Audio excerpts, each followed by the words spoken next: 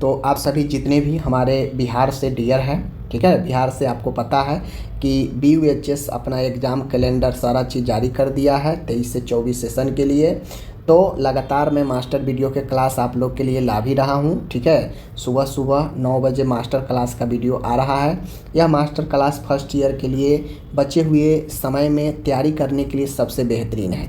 आपको मैं अभी एक वीडियो दे रहा हूँ, लेकिन कोशिश कर रहा हूँ कि एक दिन में कम से कम 2 वीडियो लाया जाए 2 सब्जेक्ट का, ताकि सप्ताह में 3 दिन जो है सब्जेक्ट रिपीटेड हो जाएगा, तो आपको काफ़ी अच्छा रहेगा। एक वीडियो जो मास्टर ला रहा हूँ उसमें 3 से 4 क्वेश्चन हो रहा है, और सारे क्वेश्चन मैं वही ला रहा हूँ जो एग्ज़ाम के पर्पज़ से इम्पोर्टेंट हो, महत्वपूर्ण हो, ठीक है।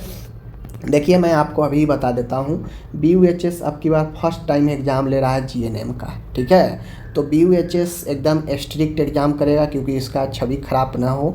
इसके लिए बापू सभागार में आप लोग को पता है, वहाँ पे सारा बिना टीचर के भी एग्ज़ाम पॉसिबल है, क्योंकि हर एक जगह पर CCTV कैमरा लगा है। आप हिल डोल भी नहीं सकते हैं, सीधा पकड़े जाएंगे कंट्रोल रूम से, ठीक है। तो BUHS पर एग्ज़ाम आ रहा है, 2 पार्ट में एग्ज़ाम है आपका। आप लोग पढ़ाई करें, ठीक है। कोई भी अगर समस्या हो तो आप हमसे संपर्क करें इंस्टाग्राम पर। बाकी कंटिन्यू आपका यह मास्टर वीडियो जो अभी डेली चल रहा है आंसर क्वेश्चन वाला, आप उसे ज़रूर अटेंड करें। और अभी मैं लेकर आया हूँ, यह इम्पोर्टेंट क्वेश्चन है बायो साइंस का। बहुत सारे लोग कहे हैं कि इम्पोर्टेंट क्वेश्चन दे दीजिए, तो मैं इम्पोर्टेंट क्वेश्चन दे देता हूँ।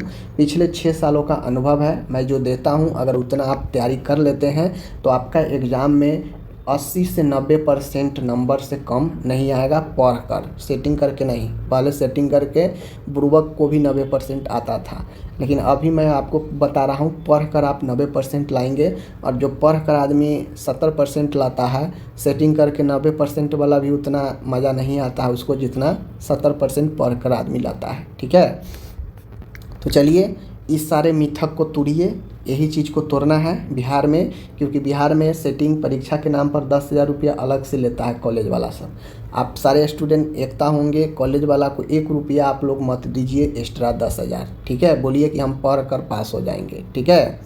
आगे चलिए, आज हम लोग बायो साइंस का लेकर आए हैं। बायो साइंस में आपको पता है 2 पार्ट है, एक एनाटॉमी एंड फिजियोलॉजी और दूसरा है माइक्रोबायोलॉजी। ये 2 पार्ट है। माइक्रोबायोलॉजी से ओनली 15 नंबर का पूछता है, 60 नंबर का एनाटॉमी फिजियोलॉजी से पूछता है, ठीक है।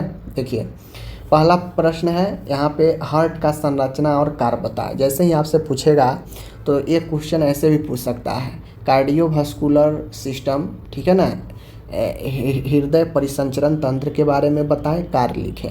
तो हार्ट को चित्र बनाना है, हार्ट में कौन कौन सा पार्ट चेंबर होता है, क्या काम करता है, वो लिखना है, ठीक है। आगे है रिस्पायरेटरी सिस्टम का डायग्राम सहित वर्णन करें और रिस्पायरेशन की प्रक्रिया मैकेनिज्म को समझाएं। ये सब लॉन्ग क्वेश्चन है, और लॉन्ग क्वेश्चन में जोड़ जोड़ कर बनता है। तो आप ये मत कहिएगा कि एक ही में आप 3-3 क्वेश्चन दे दिए हैं।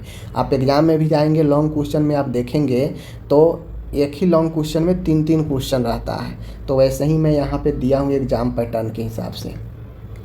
डाइजेस्टिव सिस्टम की संरचना और कार्य को समझाएं। जो डाइजेस्टिव सिस्टम होता है पाचन तंत्र, उसका संरचना और कार्य को समझाएं और उसके प्रक्रिया मैकेनिज्म को बताएं कि कैसे डाइजेशन बॉडी में होता है।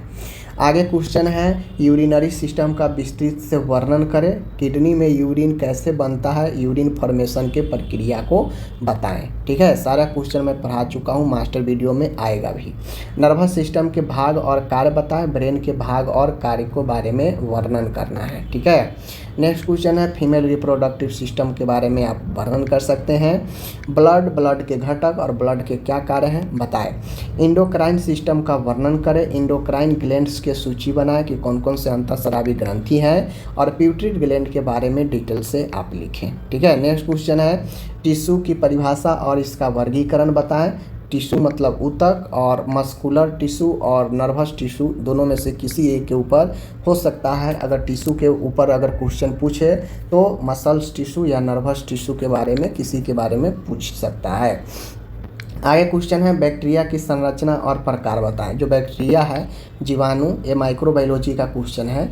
बैक्टीरिया के बारे में आपसे पूछ सकता है, ये भी माइक्रोबायोलॉजी का ही है। संक्रमण के प्रकार और संक्रमण फैलने के तरीके।